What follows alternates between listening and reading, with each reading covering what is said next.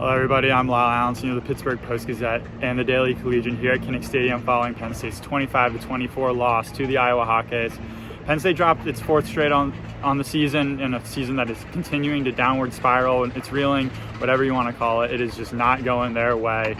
It was the first game with Terry Smith as the interim head coach and Ethan Grunkemeyer as the starting quarterback in place of Drew Allar, who suffered a season-ending injury against Northwestern last week. And you saw it with Ethan Grunkemeyer today. Some of that inexperience showed.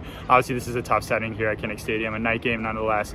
Black and gold A&F stripe out, and you could tell from this crowd that they were rowdy. They were ready to go from the jump, and it kind of struggled. Ethan Grunkemeyer completed his first pass, 5 yards to Luke Reynolds over the middle, missed his next 4, came back, 2 consecutive completions to Devontae Ross and Trevor Pena, but other than that, he kind of struggled. He threw 2 picks. One of them was a costly one that ended up leading to an Iowa scoring drive. The other one was essentially just a punt, pinning the Hawkeyes at the 4-yard line. But, he kind of struggled this one. Obviously, you could point to a couple of things. He looked pretty elusive, I do have to say. His legs looked really good. The Hawkeye pressure kind of got to them. This offensive line struggled at times, even though they didn't give up a sack, but you wouldn't see that struggles on the stat sheet. Kind of a rotating offensive line today. Vega Ioane, who was a preseason All-American, was out for the year, so Penn State kind of had to shuffle some things around. CJ Shanahan moved to left guard, Anthony Donko started at right guard, and Nolan Rucci was at right tackle. And then some of his wide receivers, they really struggled with separation. Devontae Ross, who lit up this Hawkeye defense last year at Troy, went over for 140 yards and 2 scores, including a punt return touchdown. He struggled, couldn't get any room. Kyron Hudson couldn't get any room. Trevor Pena dropped a touchdown pass. And it was, we went into this week thinking that maybe we'll see some Tyseer Denmark, maybe we'll see some Kobe Howard. And we saw them. They saw some rotating snaps. Kobe Howard came in on his first play, caught a 14-yard pass, and then he didn't see the field for the rest of the first half. They came in, they didn't really scheme anything up for them. Terry Smith mentioned them post-game, try to get them more involved because this is the first game that really truly saw any burn. Liam Clifford kind of got phased out of the offense, but you saw some offensive struggles elsewhere. Nick Singleton continues this downward spiral of this season. He's averaging less than 3 yards per carry, and that inefficiency kind of showed again today. Luke Reynolds is kind of struggling to catch the ball. That interception that Grunkemeyer threw his way was kind of a force. Reynolds was draped in coverage, but that ball hit him in the chest. If it's going to hit you in the chest, you got to catch the football. So there's that. This offense, Andy Kolnicki, we've been questioning his decisions all season. Saw some good things from him today, but then you saw the bad things, and they really showed. Jackson Smolik, who has not played since 2023 against Delaware, was obviously thrust into the backup quarterback role with the injury to Drew Allar. And Van Meter, Iowa native, kind of got to play in his hometown stadium today. He saw a few option plays that worked, and some of that he just got absolutely blown up. But you can't really force him into the game like that when you're trying to get Grunkemeyer into rhythm like that in his first career start. We talked about this last year with Drew Allar getting taken out for Bo Prabula. And Bo Prabula is a completely different caliber of mobile quarterback compared to Smolik. So there was that. And then Smolik ended up getting blown up. He left, went to the medical tent, then headed toward the locker room, and ended up having a big, thick I think it was either a cast or a brace, you couldn't tell, but on his left arm. So then this Penn State quarterback room, is down potentially 2 quarterbacks if Smolik can't go after the bye week. It's a good time for him. You never want it to be a good time to get hurt, but this is the time if you want to get him recovery. But now they're down to Ethan Grunkemeyer. They Jack Lambert, who's a walk-on quarterback, who has not played a snap in his single career last year when Penn State was down to Grunkemeyer and Allar in the quarterback room. James Franklin didn't even make Jack Lambert the QB3, so there's that. Beckham Kritza, a 3-star freshman in the 2025 class, has been inactive every single game this year. He's dealing with something on his finger.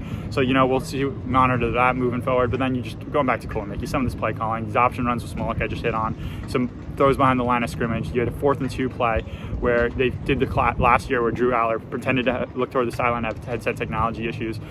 Tyler Warren took it in for QB sneak work beautifully on 4th and short. They tried it with Luke Reynolds, backfired. At this point, you got to run the ball. Katron Allen today had a monster game, 30-something touches, over 150 yards, 2 touchdowns, averaging 5 yards per carry, and you just get him out of the game. It's poor decision making. Then I want to flip to the defense now. Jim Knowles, his quarterback, his defense cannot handle the quarterback run. Nico Amalev 2 weeks ago in UCLA, Dante Moore week before that with Oregon, and then now Mark Gronowski ran all over this team again today, and that ended up being the difference maker in this one. He had a 30-yard run late in the third quarter that set up a scoring drive. Had a 66-yard run in the fourth that started a scoring drive, and then he iced it with a 14-yard run on the final play of the game. And this is just something you got to see. This linebacker room is thin, but you got to get this spy involved. Amari Campbell and Dom DeLuca are figuring it out together with no Tony Rallis. Amari Campbell's had a great year, but Dom DeLuca is struggling. There's some defensive tackling issues that are going on right now. AJ Harris, I point out, he's missed a few. It's just a lot of things this defense has got to point out. Iowa is not a notoriously strong offense, right? They ran all over them. The passing game is not there, but Jim Knowles, this team is spiraling defensively after such a highly anticipated offseason addition that he was. they can't really go moving forward with that. You know, there's a lot of things you can talk about in this game, but I want to point to the grittiness, the swagger that they were trying to look for.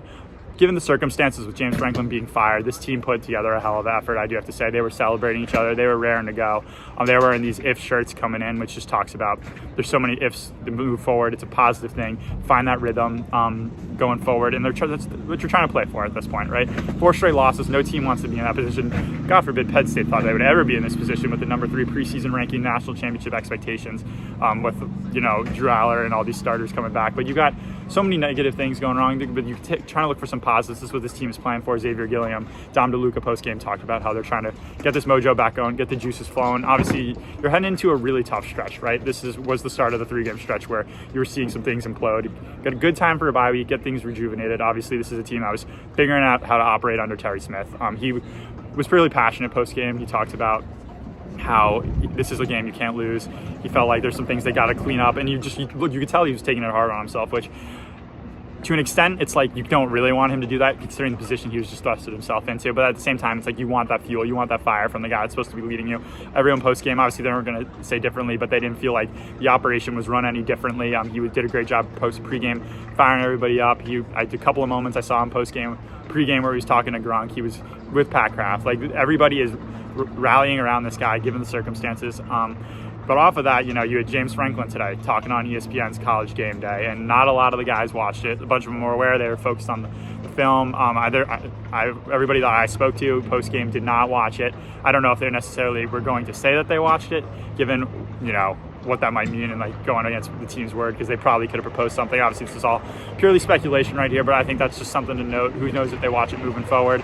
Terry did not get a chance to watch it. He saw some snippets, but obviously he was locked in on the game plan. So there's that. And this is a team that has not won a Big Ten game now since Maryland, against Maryland, the regular season finale last year before the first round of the college football playoff. And now they've just got to keep playing, right? First game with Grunk, it's a tough position to be put in. Now you've got a tougher position with likely number 1 Ohio State going to stay there at the top of the poll in 2 weeks, with number 2 Indiana probably 2 weeks from now. So this is where this team's at right now. A lot moving forward. They can take some positives from this one. Lots to clean up on the drawing board, and that's what the bye week is for. Just got to keep going forward. This team is playing for a bowl game at this point, which is they need 3 wins for, which they never thought they'd be in this position at this point in the season. But here we are. So I'm gonna wrap it up here from Kinnick Stadium. We've got some lightning, some crazy wind brewing here. Not really sure what's gonna happen with the weather, but I'm gonna wrap it up here. So that's all we're gonna have for today. We will be back. Isaiah and I will be back at Columbus in Ohio State at the Shoe for a Penn State versus Ohio State team where Penn State hasn't beat the Buckeyes since 2016 and hasn't won at the Shoe since 2011. So make sure you guys are tuned in for the content that we've got going on all this week and leading up to the game, and we'll see you next time.